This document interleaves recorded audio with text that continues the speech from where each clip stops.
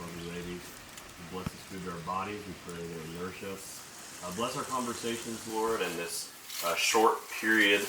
I don't know about the other guys specifically, but like I was itching to run. You know what I mean? We were kind of going over, well, should we bring this? Should we bring this? What are you going to do for that? And we had already conversations about that, but we kind of had the last one that night.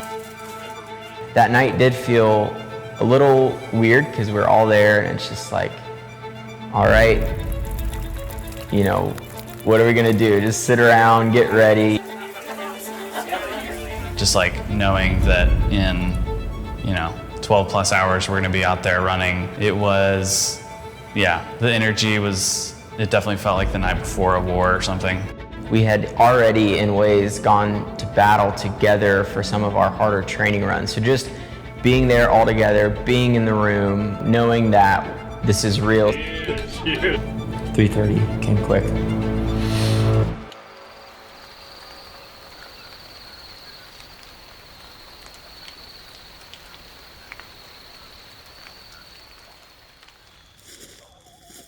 I can never really tell when you're joking. Reminiscent of the good old days, running 50 miles and whatnot. Straight past the camera. So, you had oatmeal. I might need that cold pizza. So you got 0 sleep. Pretty much, yeah. Seeing the reality hit each of us at different moments, and I'm just like packing, doing my thing, and I look over, and Hudson's just like, Oh, baby. Oh, yeah. the reality of what we were gonna do had hit him. I'm not bringing my belly pack. No belt. I think what was going through my head was trying to, basically get to a place of kind of starting to turn off a lot of going over things. So I was kind of like, man, I could be sleeping, I'm pacing around, but just use that time to keep trying to take in as much carbs, as much food as possible. Went outside, you just see a bunch of headlamps everywhere. The buzz and the energy of going in, getting checked in. Sarah got batteries in the back. Make sure you get your gear checked. You're coming in right now. We're about Everyone got up to go to the starting line and I realized I'm gonna vomit. 7 minutes from our Make sure you get your gear checked. Make sure you get your distractor. I found a tree and I just put one arm around the tree and I just puked up basically all my breakfast. And I found the other guys and it was like 30 seconds after I puked, we started running.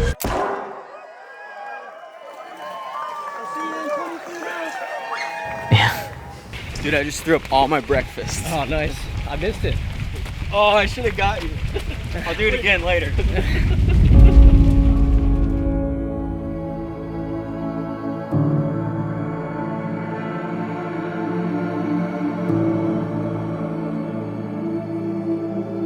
The first incline, probably around mile, I think 7 or 8, it was kind of like, oh wow, this is going to be a really long day.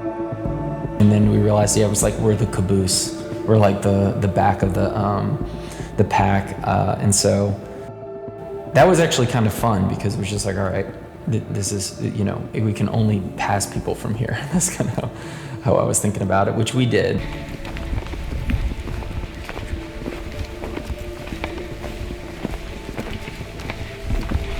Oh, yeah.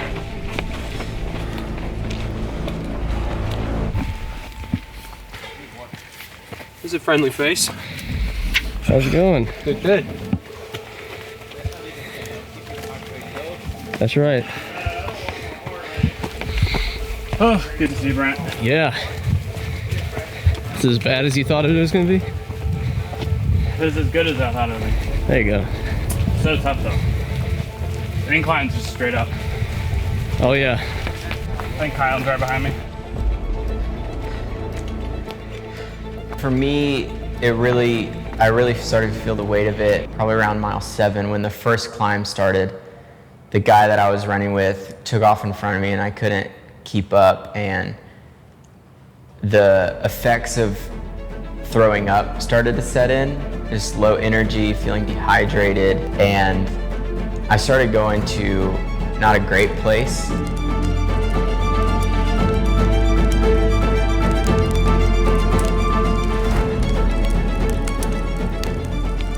For me, it got worse and worse. And I would say the lowest point of my race was the first checkpoint that our crew was at, mile 14.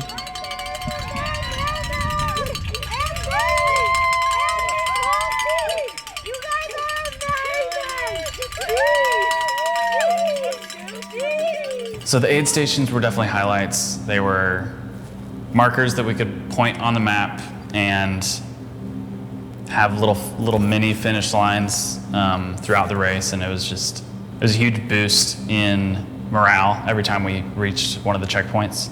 Just being able to see our wives and our family, that was really special. I was cramping in my quads pretty bad. I'd never cramped in all the training, and I just had no energy in my body. And that point, was the point that I wasn't sure if I was going to make it from there. You need to take a breather, reassess, get your mental capacity back together a little bit. I was really scared of really having a hard time leaving an aid station. Every moment you're in the aid station, it's a little bit harder to leave.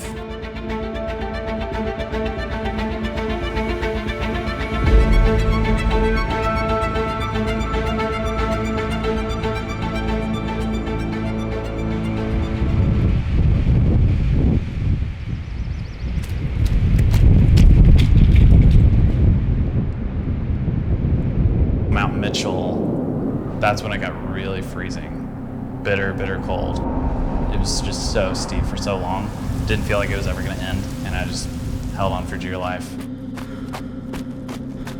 Rugged terrain, so much elevation in a short period of time. We hadn't ever really been able to exactly recreate the same steepness per mile, because like parts of it were so steep. So, we knew about it in theory. Mount Mitchell, highest point on the East Coast. We were halfway, we had done almost all the climbing, and my body was feeling almost the best that it had, considering what I had gone through the first half of the race. Just the clearing the halfway point, clearing that coldest part, kind of changes, what you understand that you can do.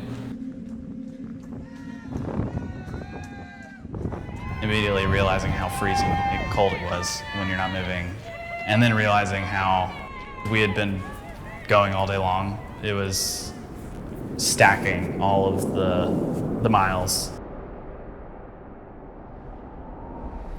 It was really good not being alone in the back half, just because that was mentally and physically harder. Definitely went through the ups and downs just mentally of being in a really good flow state where I just feel like I could go forever, and then my knee was really hurting, and there was pretty much nothing that was getting me back into the flow.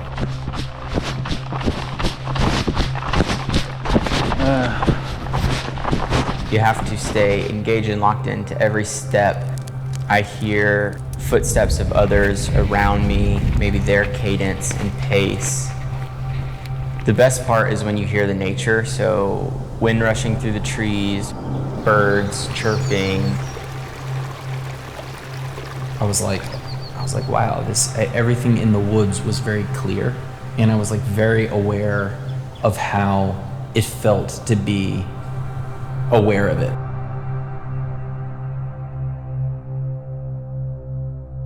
The sun was setting, and we were really hoping to finish before dark, and it was slowly slipping out of our fingers.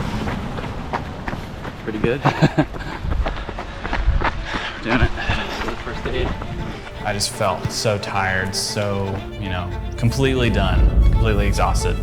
David and I looked at each other and were like, we can't do this.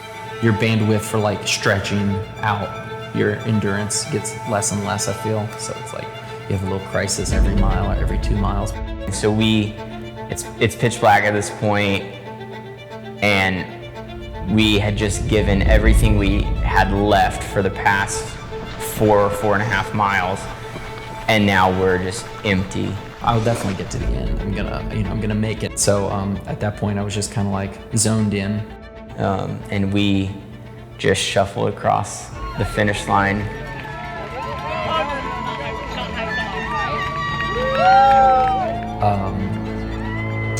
Yeah, finished it out.